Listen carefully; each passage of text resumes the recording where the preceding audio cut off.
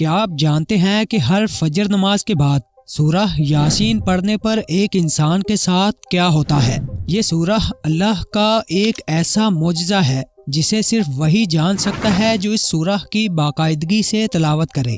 ہر انسان کو کبھی کبھار مسائل و مشکلات کا سامنا کرنا پڑتا ہے اور پھر ان کے حل کے لیے وہ کسی مددگار یا کسی سہارے کو تلاش کرتا ہے۔ ایک انسان امید لگائے دوسروں کی طرف دیکھتا ہے، مگر اکثر دیکھا گیا اور اکثر لوگوں کو تجربہ بھی ہوا ہوگا کہ مشکل کے اس وقت میں اس کے خونی رشتہ دار بھی منہ موڑ لیتے ہیں، اور نتیجہ یہ نکلتا ہے کہ انسان شدید ذہنی دباؤ اور پریشانی میں کئی غلط فیصلے کرتا ہے۔ لیکن خود کو پریشانی سے بچانے کے لیے اللہ نے ہمیں ایک ایسا راز بتایا جس راز کو پانے میں کبھی بھی دنیا یا آخرت کی مالی ہو یا جسمانی کوئی بھی ضرورت آن پڑے، تیسے کمل سے اپنی ہر ضرورت کو بغیر کسی کے آگے ہاتھ پھیلانے کے آسانی سے پورا کر سکتے ہیں، اور وہ راز ہے سورہ یاسین۔ اب یہ سب کیسے ہوتا ہے؟ تو اس کے لیے اس سورہ کو تفصیل سے جاننا ہوگا اور اس سوال کا جواب ڈھونڈنا ہوگا کہ آخر سورہ یاسین کو قرآن کا دل کیوں کہا گیا،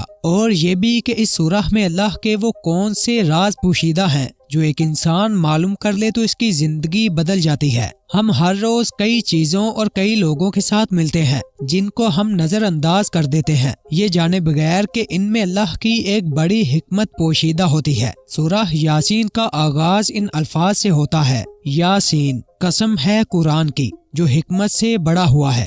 یہاں ہم تلاوت کے دوران اس فقرے پر کبھی بھی غور نہیں کرتے، اس ایک فقرے میں کتنی بڑی بات فرمائی ہے۔ اب جب کہ سورہ یاسین کو قرآن کا دل کہا گیا تو اس کا مطلب ہے کہ سورہ کے ہر لفظ کا قرآن کے باقی تمام سورج سے ایک کنیکشن ہوگا، جسے سمجھنے پر آپ پر حیرتوں کے پہاڑ ٹوٹ پڑیں گے کہ سورہ کے ایک ایک لفظ کو اللہ نے کس خوبصورتی اور معجزاتی انداز میں بیان فرمایا ہے۔ سورہ یاسین کے ابتدا میں یہ آیت صرف 4 لفظوں پر مشتمل ہے، جس میں یاسین میں 2 حروف، واو میں 1 حرف، القرآن میں 6 حروف اور الحکیم میں بھی 6 حروف ہیں، جسے آپ ایسے لکھیں جن میں اوپر اس آیت کے الفاظ اور نیچے ان الفاظ میں ٹوٹل حروف۔ اب شروع سے یہ نمبر 2 1 6 6 بنتے ہیں، لیکن اگر ان کو آخر سے لکھیں تو یہ 6 6 1 2 بنتے ہیں، اور انہی نمبر میں وہ راز ہیں جو اس سورہ کو قرآن کا دل قرار دیتی ہیں۔ اب اس نمبر و قرآن کا کیا تعلق؟ تو یہ نمبر قرآن میں اللہ کی حکمت کو نمبرز میں بیان کرتی ہیں،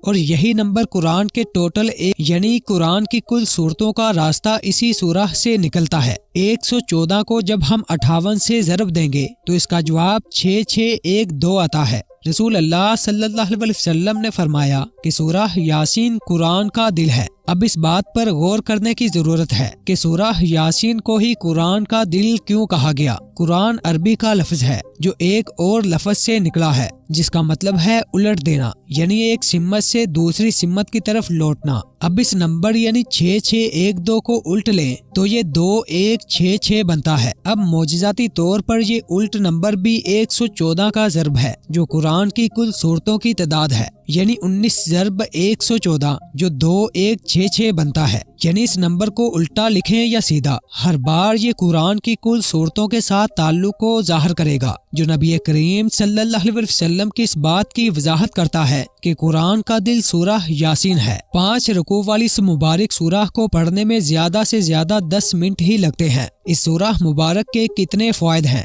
اس کا اندازہ ہمیں محسن انسانیت حضور اکرم صلی اللہ علیہ وسلم کی احادیث سے معلوم ہوتا ہے۔ حضرت عطا بن عبیربہ رضی اللہ تعالی عنہ کہتے ہیں کہ محمد صلی اللہ علیہ وسلم کا ارشاد مبارک پہنچا کہ جو شخص سورہ یاسین کو شروع دن میں پڑھے اس کے تمام جائز حاجات پوری ہو جائیں گی۔ جو شخص سورہ یاسین پڑھتا ہے تو اللہ اس کے لیے 10 قرآن پاک کی تلاوت کا ثواب لکھ دیتا ہے۔ ایک اور روایت میں آتا ہے کہ اللہ تعالیٰ نے سورہ طٰہٰ اور سورہ یاسین کو آسمان اور زمین کو پیدا کرنے سے 1000 برس پہلے پڑھا۔ جب فرشتوں نے سنا تو کہنے لگے کہ خوشحالی ہو اس امت کے لیے جن پر یہ قرآن اتارا جائے گا، اور خوشحالی ہے جو اس قرآن کو اٹھائیں گے یعنی یاد کریں گے، اور خوشحالی ہے ان زبانوں کے لیے جو اس کو تلاوت کریں گے۔ ایک حدیث میں ہے کہ جو شخص سورہ یاسین صرف اللہ تعالیٰ کی رضا کے واسطے پڑھے اس کے پہلے سب گناہ معاف ہو جاتے ہیں۔ اس لیے اس سورہ کو اپنے مردوں پر پڑھا کرو۔ سورہ یاسین کا نام آسمانی کتاب تورات میں منعامہ ہے